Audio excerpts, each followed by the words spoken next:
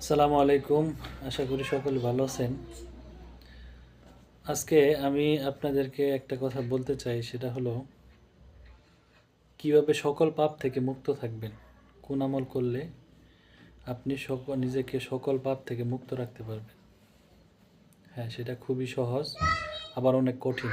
সেটা হলো সব সময় মৃত্যুর কথা স্মরণ করা। আপনি যদি সব সময় মৃত্যুর কথা স্মরণ রাখতে পারেন, তাহলে আপনার দ্বারা কোনো খারাপ কাজ হবে না। কিন্তু অত্যন্ত দুঃখের বিষয় হলো, শয়তান আপনাকে সবসময় এটা ভুলিয়ে রাখবে। শয়তান চেষ্টা করবে আপনি এটা ভুলে যান, মৃত্যুর কথা ভুলে যান, মৃত্যুর পর আপনার কি হবে সেটা ভুলে যান।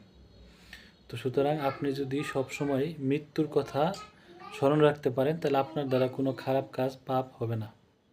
যেমন ধরেন, আপনি কোথাও যাচ্ছেন, কোনো খারাপ জায়গায় যাচ্ছেন, আপনি যদি মৃত্যুর কথা স্মরণ করেন যে ওখানে গেলে আমার মৃত্যু হতে পারে, আর ওই অবস্থায় যদি আমার মৃত্যু হয়, তাহলে কী অবস্থা হবে?